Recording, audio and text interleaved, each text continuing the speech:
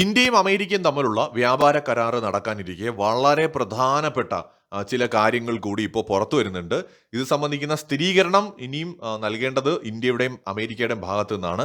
എന്തായാലും നമുക്കിപ്പോൾ ലഭിക്കുന്ന ദേശീയ മാധ്യമങ്ങളിലും കേരളത്തിലെ മാതൃഭൂമി അടക്കമുള്ള മാധ്യമങ്ങളിലും ഒക്കെ വരുന്ന റിപ്പോർട്ടുകൾ അനുസരിച്ചാണെങ്കിൽ തേജസ് യുദ്ധവിമാനത്തിൽ ഉപയോഗിക്കുന്ന അമേരിക്കൻ എഞ്ചിൻ ഇന്ത്യയിൽ നിർമ്മിക്കാനുള്ള ഒരു സാധ്യത തെളിയുകയാണ്.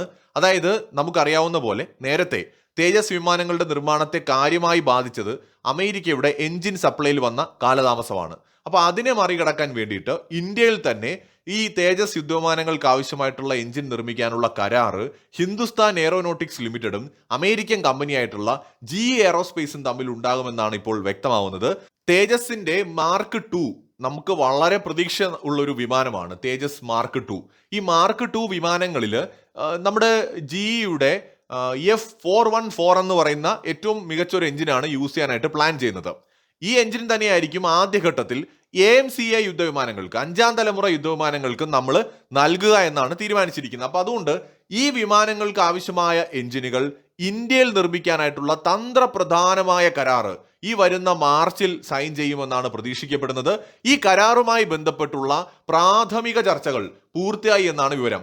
ഇരു സ്ഥാപനങ്ങളും തമ്മിൽ അടുത്തിടെ ധാരണാപത്രം ഒപ്പിടുകയും ചെയ്തിരുന്നു. അപ്പൊ ഈ കരാറ് യാഥാർത്ഥ്യമാവുകയാണെങ്കിൽ നമുക്ക് ഈ എഞ്ചിനുകളുടെ സപ്ലൈയിൽ ഉണ്ടാവുന്ന കാലതാമസം മറികടക്കാൻ കഴിയും. അതോടൊപ്പം തന്നെ നമ്മുടെ തേജസ് വിമാനങ്ങളും AMCA വിമാനങ്ങളും ഒക്കെ മാസ് പ്രൊഡക്ഷൻ നടത്താൻ നമ്മളെ ഇത് തൽക്കാലം സഹായിക്കുകയും ചെയ്യും.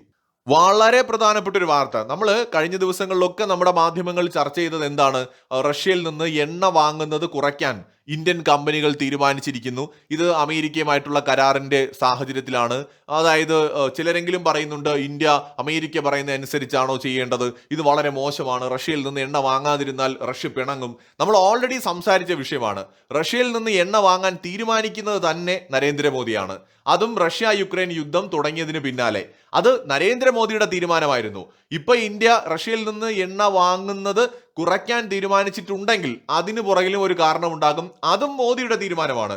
അല്ലാതെ ഇന്ത്യ പണ്ട് പതിറ്റാണ്ടുകൾ തൊട്ട് റഷ്യയിൽ നിന്ന് ആയുധങ്ങൾ വാങ്ങുന്നത് പോലെ ഈ റഷ്യയിൽ നിന്ന് എണ്ണ വാങ്ങിക്കൊണ്ടിരുന്ന ഒരു ചരിത്രമില്ല.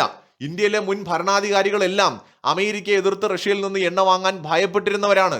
അതുകൊണ്ട് തന്നെ നരേന്ദ്രമോദി വന്നതിന് ശേഷമാണ് അമേരിക്കയുടെ എതിർപ്പുകൾ അവഗണിച്ചുകൊണ്ട്, യൂറോപ്യൻ യൂണിയന്റെ എതിർപ്പുകളെ അവഗണിച്ചുകൊണ്ട്, അതുപോലെ തന്നെ അമേരിക്കയുടെ ഉപരോധത്തെ വകവയ്ക്കാതെ ഇന്ത്യയിലെ മോദി ഗവൺമെന്റ് ആണ് തീരുമാനമെടുത്തത് റഷ്യയിൽ നിന്ന് എണ്ണ വാങ്ങുമെന്ന്. അത് നമ്മൾ തുടർന്നുകൊണ്ടിരുന്നു. ഇന്നിപ്പോ റഷ്യയിൽ നിന്ന് എണ്ണ വാങ്ങുന്നത് കുറയ്ക്കുന്നുണ്ടെങ്കിൽ അതിനേക്കാൾ മികച്ചൊരു ഡീൽ നമുക്ക് US നിന്ന് വരുന്നുണ്ട് എന്ന് വേണം മനസ്സിലാക്കാൻ. മാത്രവുമല്ല, റഷ്യയിൽ നിന്ന് എണ്ണ വാങ്ങുന്നത് നിർത്തുക എന്നത് എന്നേക്കുമായിട്ട് നിർത്താനുള്ള ഒരു തീരുമാനമോ ഒഫീഷ്യലായിട്ട് ഇന്ത്യയുടെ ഒരു ഡിസിഷനോ അല്ല. ഇന്ത്യൻ കമ്പനികൾ അങ്ങനെ തീരുമാനിക്കുന്നുണ്ടെങ്കിൽ ചിലപ്പോൾ ഇന്ത്യ US ട്രേഡ് ഡീലിന്റെ പശ്ചാത്തലത്തിലായിരിക്കും. ഇവിടെ നമ്മൾ മനസ്സിലാക്കേണ്ട കാര്യം, വെനസ്വേലയിൽ നിന്ന് നമുക്ക് താരതമ്യേന വില കുറച്ച് എണ്ണ കിട്ടും എന്നുള്ളത് ഒരു ചെറിയ കാര്യമല്ല. നമ്മൾ നേരത്തെ വെനസ്വേലൻ എണ്ണ വാങ്ങിക്കൊണ്ടിരുന്നതാണ്. അതിനാവശ്യമായിട്ടുള്ള റിഫൈനറികളും നമ്മുടെ ഇന്ത്യയിലുണ്ട്. പക്ഷേ വെനസ്വേലൻ എണ്ണ അമേരിക്കൻ ഉപരോധം കാരണം ഇന്ത്യൻ കമ്പനികൾക്ക് വാങ്ങാൻ തടസ്സമുണ്ടായിരുന്നു. ഇപ്പൊ അമേരിക്ക അവിടെ അട്ടിമറി നടത്തിയതിലൂടെ ആ തടസ്സം മാറി കിട്ടുകയാണെങ്കിൽ ഇന്ത്യക്ക് വില കുറച്ച് എണ്ണ കിട്ടിയാൽ ഇന്ത്യൻ കമ്പനികൾ വാങ്ങും. ഇന്ത്യയുടെ പോളിസി തന്നെ നമുക്ക് ഫേവറബിൾ ആയിട്ട് ആര് തരുന്നു അവരുമായിട്ട് ഡീല്. റഷ്യയിൽ നിന്ന് ഇപ്പോഴും ഇന്ത്യ ആയുധങ്ങൾ വാങ്ങുന്നുണ്ട്, സംയുക്തമായിട്ട് നിർമ്മിക്കുന്നുണ്ട്. ഈവൻ റഷ്യയിൽ നിന്ന് എണ്ണ വാങ്ങുന്നത് പൂർണ്ണമായിട്ട് ഇപ്പോഴും നിർത്തിയിട്ടുമില്ല. ഇനി എണ്ണ വാങ്ങുന്നത് കുറയ്ക്കുകയാണെങ്കിൽ അതിനേക്കാൾ ബെറ്റർ ഡീല്. അവിടെയാണ് നമ്മൾ US ഈ ഡീലിനെ മനസ്സിലാക്കേണ്ടത്. ഇന്ത്യ അമേരിക്കയും തമ്മിൽ അമേരിക്കൻ എഞ്ചിൻ ഇന്ത്യയിൽ നിർമ്മിക്കാൻ ധാരണയാവുന്നുണ്ടെങ്കിൽ അത് ഇന്ത്യക്ക് നൽകുന്ന ഒരു അഡ്വാൻറ്റേജ് ചെറുതല്ലെന്നേ. ഇന്ത്യയുടെ തേജസ് മാർക്ക് 2 എന്ന് പറയുന്നത് അഡ്വാൻസ്ഡ് ആയിട്ടുള്ള ഒരു എയർക്രാഫ്റ്റ് ആണ്. ഈ മാർക്ക് 2-ന് അമേരിക്കയുടെ F414 എന്ന് പറയുന്ന എഞ്ചിനാണ് പ്ലാൻ ചെയ്തിരിക്കുന്നത്.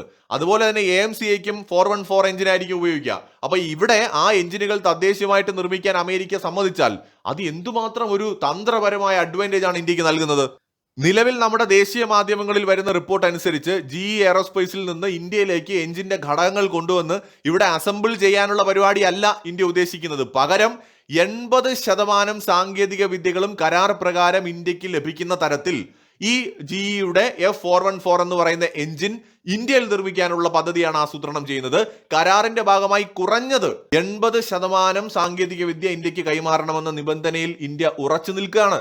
എഞ്ചിൻ നിർമ്മാണത്തിന്റെ ആഴത്തിലുള്ള സാങ്കേതിക അറിവ് നേടിയെടുക്കുക എന്ന ലക്ഷ്യം കൂടി ഇന്ത്യക്കുണ്ട്.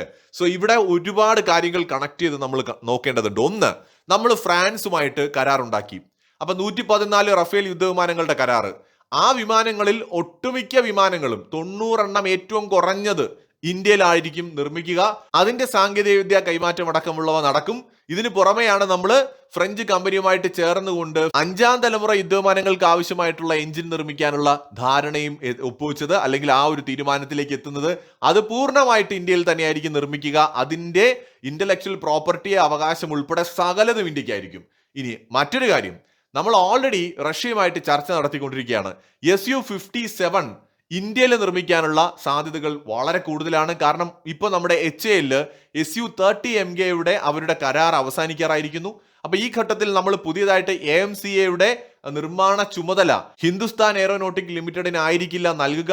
പകരം ടാറ്റയ്ക്കോ അല്ലെങ്കിൽ കല്യാണി ഗ്രൂപ്പിനോ അങ്ങനെ ഏതെങ്കിലും ഒരു പ്രൈവറ്റ് പ്ലേയേഴ്സിനായിരിക്കും നൽകുക, അല്ലെങ്കിൽ എല്ലാൻഡിക്കായിരിക്കും നൽകുക.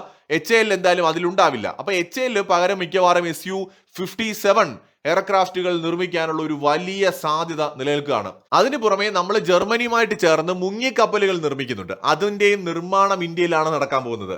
അതോടൊപ്പമാണ് ഇപ്പോ നമ്മുടെ തേജസ് വിമാനങ്ങൾക്കും ഭാവിയിൽ AMCA വിമാനങ്ങൾക്കും ആവശ്യമായിട്ടുള്ള എഞ്ചിനുകൾ ഇന്ത്യയിൽ നിർമ്മിക്കാനുള്ള കരാറിലേക്ക് കാര്യങ്ങൾ പോകുന്നത്. ഇത് യാഥാർത്ഥ്യമാവുകയാണെങ്കിൽ വലിയ നേട്ടമാണ്. അപ്പൊ US ഏറ്റവും ബെറ്റർ ആയിട്ടുള്ള ഒരു ട്രേഡ് ഡീല് 18% താരിഫ് കുറയ്ക്കുന്നു.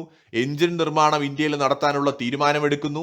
ഇതിന് പുറമെ മറ്റ് ആയുധങ്ങളുടെ ഇടപാടുണ്ടോ എന്നൊക്കെ ഇനിയുള്ള ദിവസങ്ങളിൽ അറിയാം. നമുക്ക് അമേരിക്കയിൽ നിന്ന് ടെക്നോളജി കൈമാറ്റം ഉൾപ്പെടെയുള്ള കാര്യങ്ങൾ നടക്കുമോ എന്നൊക്കെ അറിയാം. മോദിയാണ് ആള്. ഇന്ത്യക്ക് ബെനിഫിറ്റ് ഇല്ലാത്ത ഒരു പണിക്ക് മോദി നിൽക്കില്ല. 50% താരിഫ് ഇന്ത്യയുടെ മേൽ അമേരിക്ക ചുമത്തിയിട്ട് ഇന്ത്യ കുലുങ്ങിയിട്ടില്ല. അപ്പോൾ ഇന്ത്യ ഇന്ന് അമേരിക്കയുമായിട്ട് ഒരു കരാറിലേക്ക് പോകണമെങ്കിൽ, റഷ്യയിൽ നിന്ന് എണ്ണ വാങ്ങുന്നത് കുറയ്ക്കുമെങ്കിൽ, അത് തീർച്ചയായിട്ടും ബെറ്റർ ഓഫർ ട്രംപിന്റെ അടുത്തു നിന്നും US അടുത്തു നിന്നും ഇന്ത്യക്ക് കിട്ടിയിട്ടുണ്ട്. ഇല്ലാതെ ഒരിക്കലും ഇന്ത്യ ഈ പണിക്ക് പോകില്ല. ഈ കരാർ യാഥാർത്ഥ്യമാവുകയാണെങ്കിൽ തേജസ് മാർക്ക് 2 വിമാനങ്ങൾ പറക്കാൻ പോകുന്നത് ഇന്ത്യയിൽ നിർമ്മിക്കുന്ന എഞ്ചിനുകൾ ഉപയോഗിച്ചുകൊണ്ടായിരിക്കും. അതിനു പുറമെ സ്റ്റെൽത്ത് യുദ്ധവിമാനമായിട്ടുള്ള അഡ്വാൻസ്ഡ് മീഡിയം കോമ്പാറ്റ് എയർക്രാഫ്റ്റിന്റെ മാർക്ക് 1 പതിപ്പിലും ഇതേ എഞ്ചിൻ ഉപയോഗിക്കും. അപ്പൊ AMCAക്ക് ഉൾപ്പെടെ കിട്ടുന്ന ഒരു എഞ്ചിനാണ്. അപ്പൊ അതുകൊണ്ട് ഇതിന്റെ നിർമ്മാണം ഇന്ത്യയിൽ നടക്കുമെങ്കിൽ വളരെ നല്ലതാണ്. നേരത്തെ അമേരിക്ക ഇന്ത്യക്ക് തേജസ് മാർക്ക് 1 വിമാനങ്ങൾക്കുള്ള എഞ്ചിൻ സപ്ലൈ നിർത്തിവെച്ചിരുന്നു. ഇതിന് കാരണമായിട്ട് അവർ പറഞ്ഞത് ഇതിന്റെ പല സ്പെയർ പാർട്സുകളും സൗത്ത് കൊറിയയിൽ നിന്ന് വരണം, മറ്റിടത്തു നിന്ന് വരണം, അത് കിട്ടുന്നില്ല, അവിടെ കാലതാമസം എടുത്തു എന്നൊക്കെയാണ്. യഥാർത്ഥത്തിൽ ഈ കാലയളവിൽ സൗത്ത് കൊറിയൻ എയർക്രാഫ്റ്റുകൾക്കുള്ള എഞ്ചിൻ സപ്ലൈ ചെയ്യുന്നതിലാണ് ഈ അമേരിക്കൻ കമ്പനി ആയിട്ടുള്ള GE അന്ന് ഫോക്കസ് ചെയ്തത്. അത് കാരണം നമ്മുടെ എയർക്രാഫ്റ്റുകളുടെ എഞ്ചിൻ സപ്ലൈ വൈകി. അതിന്റെ പുറകിൽ അമേരിക്കയുടെ കളികളുണ്ട്. അപ്പൊ ഇത് മനസ്സിലാക്കിക്കൊണ്ട് തന്നെയാകണം ഇന്ത്യ ടെക്നോളജി ട്രാൻസ്ഫർ അടക്കം ഈ എഞ്ചിനുകൾ ഇന്ത്യയിൽ നിർമ്മിക്കാനുള്ള കരാറ് ഉണ്ടാക്കാനായിട്ട് ട്രൈ ചെയ്യുന്നത്. ഇത് നടക്കുകയാണെങ്കിൽ വലിയൊരു അച്ചീവ്മെന്റ് ആയിരിക്കും അത്. മറ്റൊരു വീഡിയോയുമായി വിടും.